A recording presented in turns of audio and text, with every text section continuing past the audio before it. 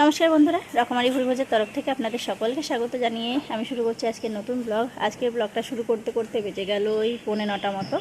তো বাবা তো কাল রাতে বাড়ি ফিরে এসেছিল, মা আছে, আর এই যে এখন সকালবেলা আবার বাবা যাচ্ছে।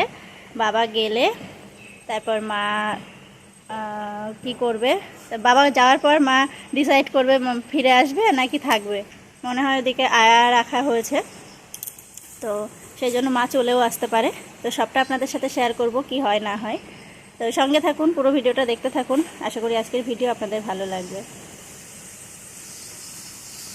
ওদিকে পুচকু পাচকাগুলো এখনও ঘুম থেকে ওঠেনি, আর কাকি কাজ করে চলে গেল। আমি এদিকে রান্নাঘরেই আছি।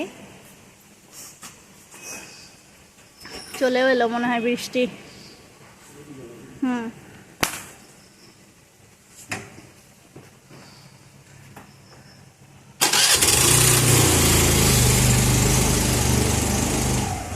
সকালে বেশ ভালোই রোদ্দুরি ছিল, হঠাৎ করে, হ্যাঁ দিচ্ছি, হঠাৎ করেই কেমন মেঘলা হয়ে গেল। মেঘলা হয়ে যায় যে গুড়ি গুড়ি বৃষ্টি পড়াও শুরু হয়ে গেছে।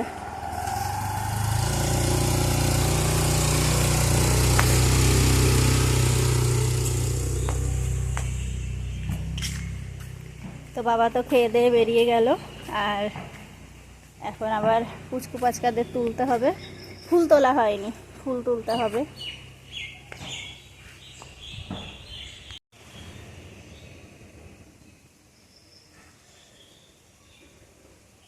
এদিকে তো আমার রান্নাবান্না কমপ্লিট। এই যে আজকে খুব বেশি কিছু রান্নাবান্না করিনি, কারণ আমি আবার সোনুকে নিয়ে যাব স্কুলে।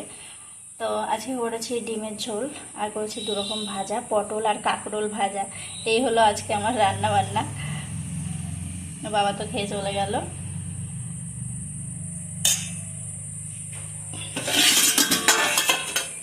হেভি হয়ে আছে বিছানার চাদরটা। কে করলো এত সুন্দর? রায় করেছিস? বিছানার চাদরটা এত সুন্দর তুমি করেছো রায়?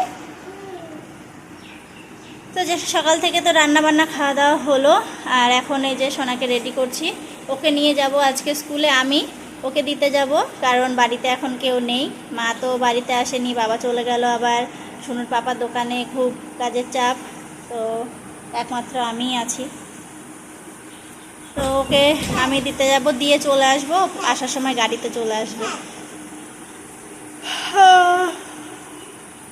আজকে আছে অঙ্ক পরীক্ষা। রায়েরও স্নান করিয়ে নিয়েছি, ওকেও স্নান, ও নিজেই স্নান করলো। এখন আমি স্নান করে পুজো দেব, দিয়ে তারপর ওকে নিয়ে যাব। এদিকে তো আমরা রেডি। এই যে সোনা রেডি হয়ে বৃষ্টির জন্য এইভাবে দাঁড়িয়ে আছে। এই যে বৃষ্টি শুরু হয়ে গেছে, অটো ধরবো। রায়কে রেখে আসলাম কাকা বাড়িতে, ওকে আর নিয়ে যাব না এই বৃষ্টির মধ্যে ভিজে ভিজে। তো এই এখন বেরোচ্ছি। দিব্যি ছিল সকাল থেকে, মাঝে মাঝে মানে বৃষ্টিটা এমন হচ্ছে, মাঝে মাঝে বৃষ্টি হচ্ছে, মাঝে মাঝে রোদ্দুর উঠছে, এই হচ্ছে। এখন কিন্তু বৃষ্টির মধ্যেও হালকা রোদ আছে। তো এখন আমরা বেরোচ্ছি, আর অটো বোধহয় এখনই আসবে। তো এখন আর কথা বলছি না, আবার পরে কথা হচ্ছে। তো যে বাড়িতে ফিরলাম, আর আমি অটো থেকে কাকা বাড়িতেই নামলাম, মানে নেমেছিলাম। তো রায়কে দেখে আসলাম, আর ভাবলাম যে রায়কে একেবারে নিয়ে আসবো। তারপর গিয়ে দেখেও ঘুমিয়ে পড়েছে, তো সেই জন্য আমি আবার বাড়িতে আসলাম। এখন আবার যাব ওকে আনতে। আর সোনার ছুটি হলেও গাড়িতে চলে আসবে। আর বাবা তো সকালে গেছে দীপাকে দেখতে। তো মায়ের বলেছিলাম যে আসবে কি, এখন তার ঠিক নেই। তো এখন আর আসেনি, একবারে মা আর বাবা সে বিকালের দিকে বাড়ি ফিরবে। মানে বাড়ি পৌঁছাতে পৌঁছাতে সন্ধ্যা হয়ে যাবে, বিকালের দিকে ওখান থেকে বেরোবে। তো আজ তো আর সোনার এক্সামের জন্য আমরা যেতে পারলাম না, তো কাল যাব। কাল দিদিদেরও আসার কথা আছে, দিদিও আজ আসতে পারেনি। তো দিদিদের সাথেও দেখা হয়ে যাবে, আর আপনাদেরকেও দেখাবো দীপা কেমন আছে না আছে সবটা। তো যে মায়েরা বাড়িতে এসে 1 ঘন্টা মতো হয়ে গেল। তো স্নান টান সেরে এই এসে বসলো। তার মধ্যে আমার আবার 2টো কাস্টমার এসেছিলো, তাদের আবার প্লাকিং করে দিলাম। তো তারপর এই যে একটু চা করে নিয়ে আসলাম, এখন একটু চা খাবে, আর তারপর একটু শোবে। আপনাদের সকলের আশীর্বাদে সব কিছু ভালো ভালোই মিটে গেছে।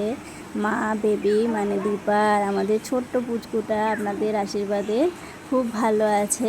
আর শোনা গিয়েছিল একটু দোকানে, আমাদের দোকান থেকে আসলো এখন। কালকে ছোট্ট ভাইটাকে দেখতে যাবে, সেই আনন্দে ও গেছে দোকানে চকলেট কিনতে। আর আমাদের পুচকুটা নাকি সেই পুটুর পুটুর করে তাকাচ্ছে, খুঁজে বেড়াচ্ছে দাদা দিদি, দুটো দিদি, সবাইকে খুঁজে বেড়াচ্ছে, এদিক ওদিক করছে খালি। ঠাকুরের কৃপায় আর আপনাদের আশীর্বাদে সব কিছু তো ভালো ভালোই হয়ে গেল। তো এখন তো আপনাদের জানতে ইচ্ছা করছে যে দীপার বেবি গার্ল না বেবি বয় হয়েছে, তো এখন সেটাই বলবো। দীপার কোল আলো করে ছোট্ট একটা পুচকু একটা গোপু সোনা আমাদের মাঝে এসেছে।